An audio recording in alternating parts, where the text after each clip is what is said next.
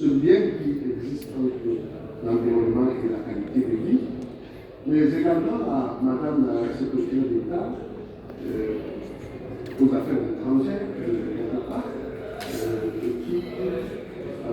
que je connais depuis son passage à l'aménagement et surtout tout dernièrement au panel indépendant de haut niveau sur le Sahel.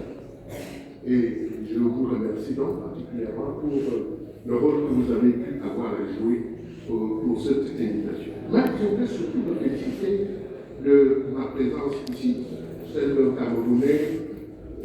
Je ne vais pas parler de football, donc soyez en suite.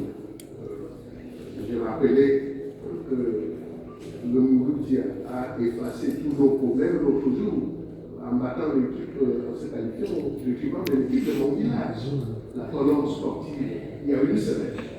C'est toujours ça de gagner. En attendant de pousser un rendez-vous.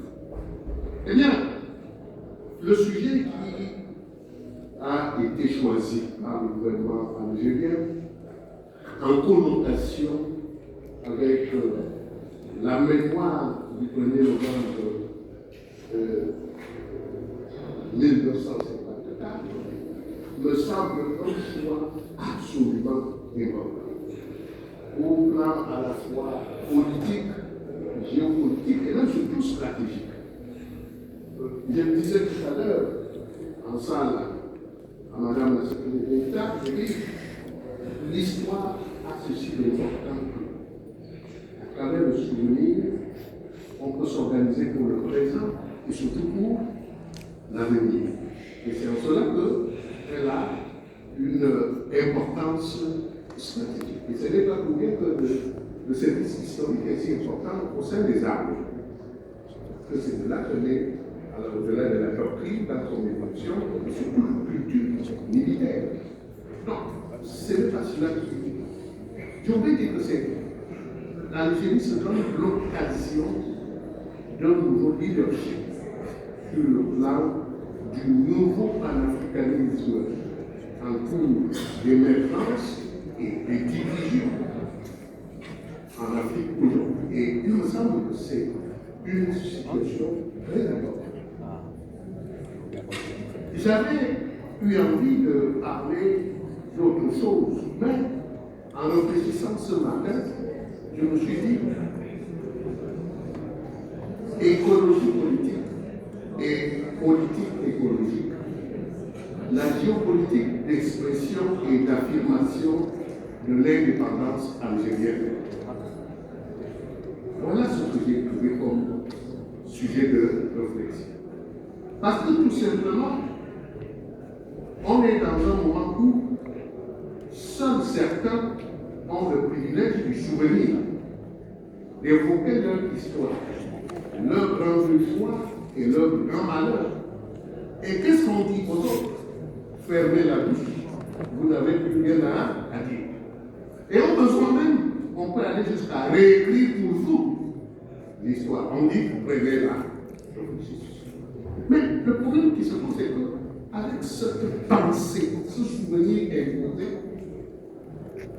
il y a là, la première conséquence, c'est la déshumanisation.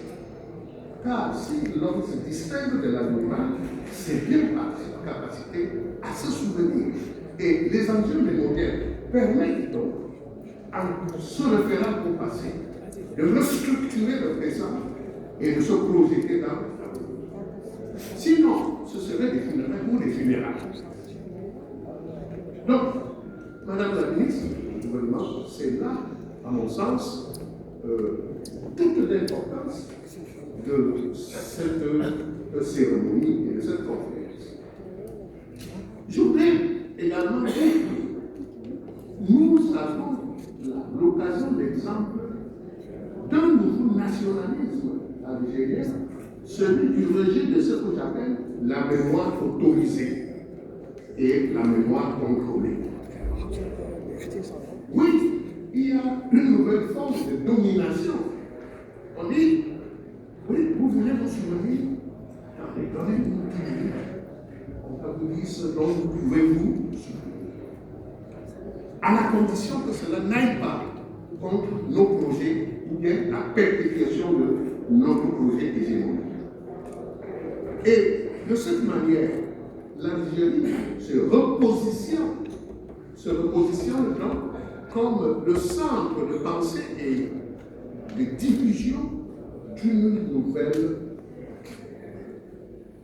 d'un nouveau panafricanisme africain, j'allais dire, d'une véritable doctrine géopolitique